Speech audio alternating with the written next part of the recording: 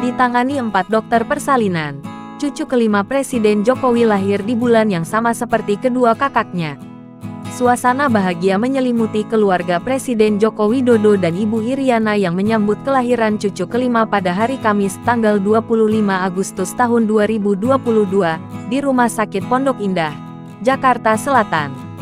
Sekitar pukul 5.50 waktu Indonesia Barat, Presiden Jokowi dan Ibu Iriana tampak tiba di Rumah Sakit Pondok Indah Jakarta untuk menantikan kelahiran sang cucu. Anak ketiga dari pasangan Kahiyang Ayu dan Bobi Nasution itu berjenis kelamin laki-laki dan lahir sekitar pukul 6.39 waktu Indonesia Barat. Adik dari Seda Mirah dan Panembahan Al-Nahyan tersebut terlahir sehat dengan berat badan 3,49 kg dan panjang badan 48 cm melalui operasi caesar. Melansir Sekretariat Presiden, kelahiran cucu kelima Presiden Jokowi langsung ditangani 4 dokter persalinan. Di antaranya adalah Dr. Azen Salim, SAPO, GKMF, Dr.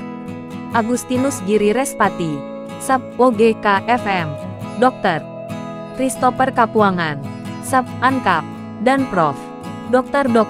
Rinawati Rosiswatmo, SAP AK, dengan tetap dalam pengawasan tim dokter kepresidenan. Menariknya, adik dari Seda Mirah dan Panembahan Al-Nahyan itu lahir di bulan yang sama seperti mereka.